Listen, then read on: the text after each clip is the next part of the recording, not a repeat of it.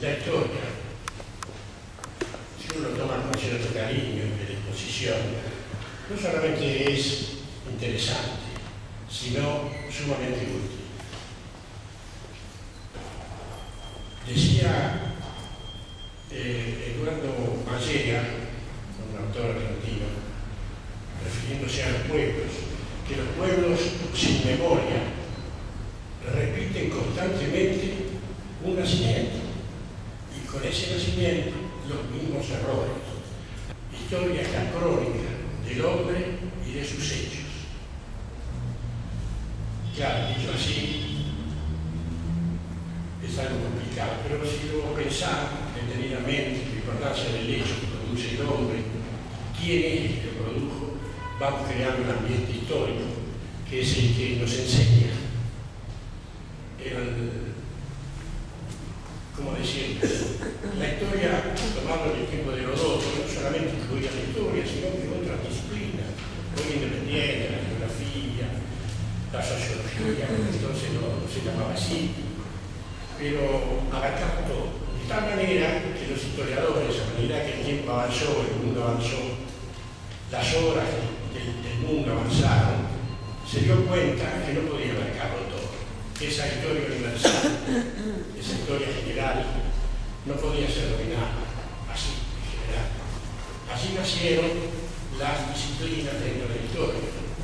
Historias regionales, historias nacionales, historia de la cultura, del dibujo, de las artes, del urbanismo, y se fueron sucediendo y subdividiendo a una velocidad notable.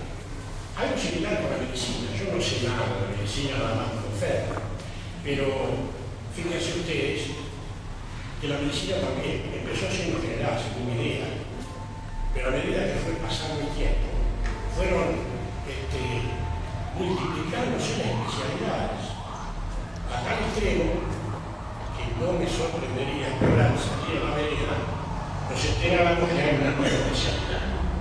Es el especialista en inflamación del dedo gordo del pie derecho. Bueno, vamos a mirar una de las últimas derivaciones de esa historia general o universal es justamente lo que provocó mi intervención en esta mesa, que es la historia de las ciencias, una de las últimas, como dice el doctor Gallo, apabullantes de la historia de la ciencia.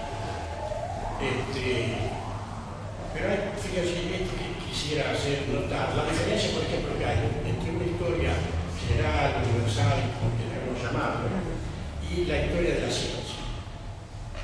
Dijimos recién, yo dije que era la crónica del hombre y de sus hechos. Y en la historia de la ciencia se cambia la cara. Es la historia de los hechos y del hombre. Les doy un ejemplo. En la historia, por ejemplo, todos sabemos que era San Martín, donde nació San Martín, que se casó con Remedios de Escalada, que tuvo una hija Mercedes, que se crió en Europa y que vivió una tarde en Boulogne-sur-Mer. Pero si preguntáramos a alguien ajeno a nosotros, que todos lo sabemos, le preguntáramos, ¿San Martín tuvo alguna participación bélica en el territorio argentino? Yo no sé si muchos lo supieran. O si preguntáramos, ¿qué es la toma del Callao? Es decir, sabemos el nombre, pero del hecho en sí, poco. En la ciencia sucede eso, al revés. Todos sabemos del antibiótico, de Fleming, de Pasteur, de la rabia, de la insulina, de la máquina de coser, pero si preguntáramos, ¿quién fue ese hombre? ¿Qué hizo ese hombre? Muy pocos contestaríamos, Fleming tuvo ta. No. Sabemos entonces el hecho. Hay una diferencia entre las dos historias de esta yo.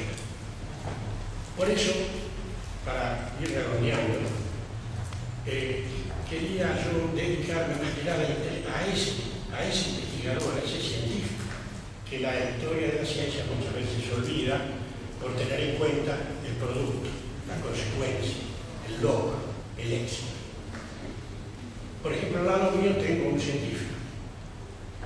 Arnaldo Magnanelli gastó muchos años de su vida en un laboratorio entre Mencheros Bunsen y tubos de ensayo, con jaulas de hámster, investigando, a tal punto que tiene 88 trabajos presentados, todos publicados en las revistas especializadas de Europa y de América, y muchas de ellas premiadas. Pero un buen día o mal día, Arnaldo Magnanelli se dio cuenta que muchos de los que participaban de ese equipo multidisciplinario, digamos, no compartían sus ideales. Es importantísimo para un científico tener bien firme, bien claro, aparte del tesoro, los ideales. Y entonces, un mal día, Arnaldo Magnanelli dejó de investigar. Hay una conseja que recogió Miguel de Unamuno, Miguel de Unamuno, en un rincón de España, muy apartado. Y la conseja dice así, contado por Miguel de Unamuno. En un muy remota comarca, un pueblito muy pobre, y la comarca más pobre aún, vivía un matrimonio de campesinos. Y como suele suceder en un matrimonio bien avenido, tuvieron un hijo. El bebé nació perfectamente, pero la madre murió. Ahí, en ese momento muere la madre. Es decir, que quedó el campesino con su mujer muerta y con su bebé llorando. Llorando porque, ¿qué pasaba? Tenía hambre. Y el campesino dice, ¿cómo le saco alimento? Soy pobre, en un lugar pobre, no tengo la ciudad está cercana, lejísima. Estoy solo. Es decir, mi hijo con mi mujer está condenado a morir.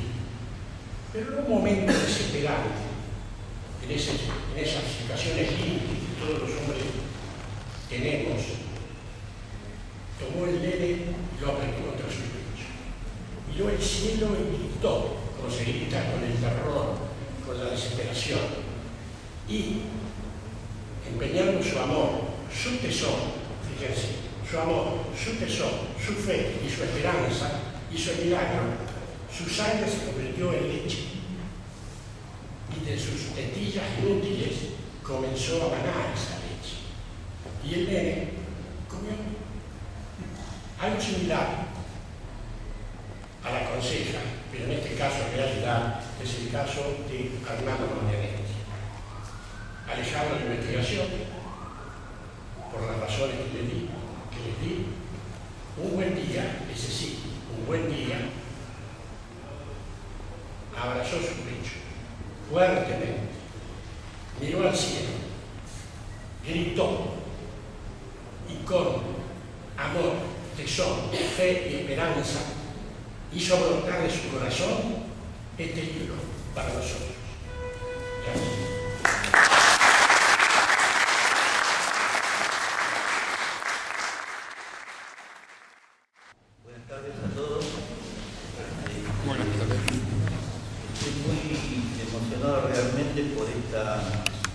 Por participar de la presentación de una obra tan trascendente para nosotros, para los medios en general, y creo que para toda la sociedad, que está haciendo Magnanelli, y en continuación de una obra anterior que también la pudimos vivir. Esto que hoy vamos a comentar desde el punto de vista literario, que me dieron a mí, que va a tener algunas cosas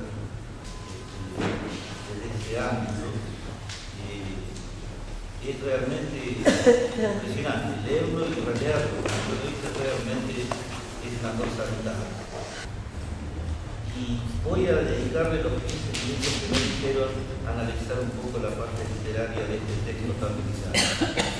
Magnanelli no hace una crítica irracional del avance tecnológico. Quisiera comentar esto para que nos tranquilicemos de que no hay que romper todos los aparatos que existen de la medicina. Magnanelli lo que hace es supervisar en su magnífico ensayo los propósitos de la misma, esencialmente humano, enfrentando las aptitudes de la tecnología versus el humanismo médico. No se trata de no hacer más palas, autos, violines o computadoras. De lo que se trata es saber cuándo debe uno utilizar la pala, cuándo manejar un auto, cuándo analizar datos en una PC o cuándo ejecutar un concepto con un algoritmo. Pareciera ser solo sentido común, pero esta abstracción literaria, al estilo y escrito por Don Arlando, pretende reafirmar, luego de su lectura detallada, que no es un tratado de la antinomia, sino, y fíjense lo importante, aceptar que la simpleza científica del método humano empieza y termina en un fructífero diálogo entre personas.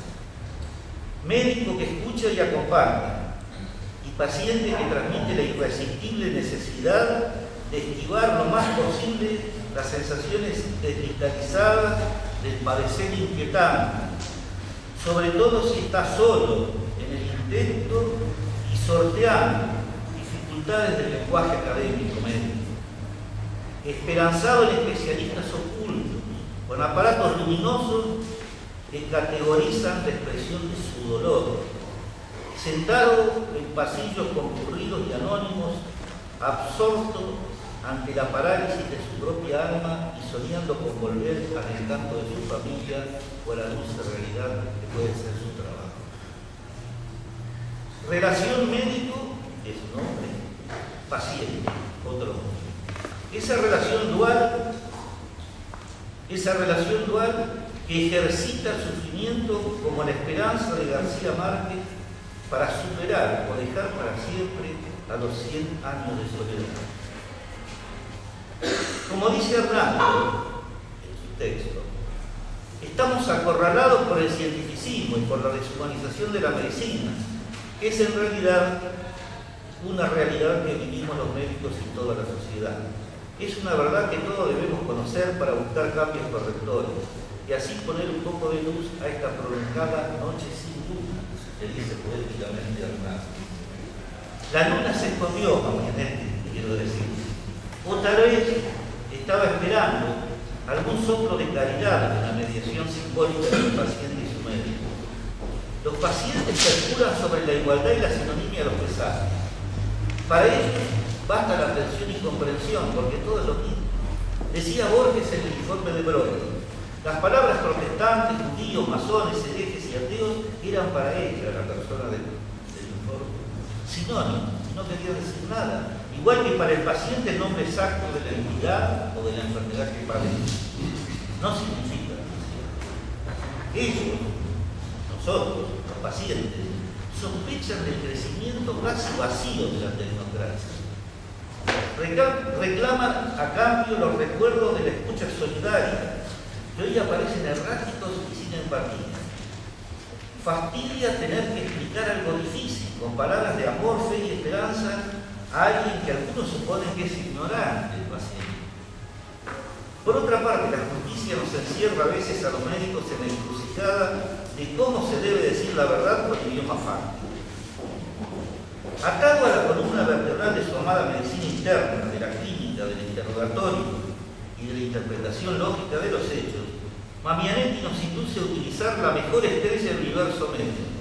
Es una estrella extraña, pero existente, llena de lucidez y de luz, práctica, sincera, carismática, ausente de paradojales datos incomprensibles.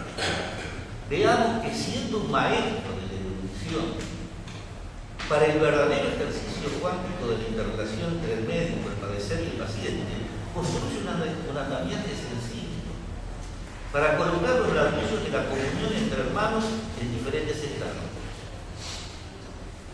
Con solo leer su texto, al menos su resumen, el cual me parece un breviario obligatorio para el desempeño médico y conversado por el doctor, porque me parece que es necesario que todos los residentes lean el resumen de este libro, todo aquel que va a entrar en la residencia lea. La luna escondida que él escribe poéticamente, después de esto, de su poesía, se vuelve al menos a un cuarto presente. Su postura ante el cientificismo es clara: ciencia y exageración, a quien tilda de tropeía, arbitrariedad, retórica y amenazante, con su carácter dogmático, excesivo y sin crítica. Dice Mamianet, hay que ir al hospital donde están los enfermos y los maestros. Comparto lo que decía hoy Osvaldo Rivera. Lo que pasa, don Hernando, es que ya casi no hay hospital en el sentido real de su acepción. La hospitalidad decrece en proporciones inversas al avance del tecnicismo comunicativo. Los enfermos que se deslizan por los pasillos o que ocupan sus camas desprolijas están cansados y dolidos, tristes y deprimidos. Y los maestros brillan por su ausencia. Muchos nunca lo fueron. A otros lo fueron. Y en muchos casos, el sistema robotizado de la residencia, llámese staff, etc., no los detecta. Existe como un agotamiento del sistema hospitalario, definido tenuosamente y interiormente como el sistema modular integrado para prestadores de servicios de salud. Don Hernando nos enfrenta a problemas serios y universales como la comunicación desinformada. Da un ejemplo que lo remarco por estar más que de acuerdo con lo que dice en los pseudoconsensos. Dice Mami, como le decíamos en el hospital. Hay que hacer una colonoscopía una vez al año a la gente mayor de 60 años. Y luego agrega con prudente veracidad. Tantas veces uno vio aparecer el cáncer 3 o 4 meses después de la colonoscopía, que irónicamente nosotros, le dice a los pacientes, este estudio hay que hacerlo cada 2 o 3 meses. Otros capítulos trascendentes son el fumador pasivo, la eutanasia, la reproducción humana, la reproducción biotecnológica, etc. Nadie duda de la utilidad de los congresos, foros, seminarios, consensos, etc. Pero también todos sabemos, y ya lo dijo Mario, que constituyen reuniones tanto para generar verdad como para imponer errores económicamente sustentables. Hernando, gracias por compartir la lectura de este libro poco fundamentalista y con demasiado fundamento. A veces crítico acérrimo de los erráticos caminos del cientificismo y otras tan susurrantes como al humanista al decir de su paciente JJM de la cama 7, doctor, no me dejan morir, esto es un infierno, no se puede agonizar más una vez. Gracias por estar en la sintonía del canal de los afectos, que sabemos usarlo, pero que si usted no nos lo recuerda de su existencia, nos es demasiado fácil olvidarlo por el propio enigma de la injusticia colectiva. Gracias por haber compartido dolores que supieron atemperar nuestras debilidades. Ejercitar la humildad como lenguaje, no como virtud. Saber llorar a tiempo al lado del paciente. Siempre a tiempo, nunca antes, como presagio de algo, y después como consuelo de todo. Usted es un guerrero que no tiene nunca previsto una lucha, que hace guardia desarmado, que siempre lo ve posible, que actúa por la mísera caliente de la humanidad. Es decir, es mi hermano y es de todos, aferrado a la justicia divina y encarnado en la magnificencia de las relaciones interpersonales, médico-paciente, paciente. Comprender, ayudar, actuar, pensar, vivir, respetar, reír, llorar, pero por sobre todas las cosas, vivir. Gracias y que viva nuestro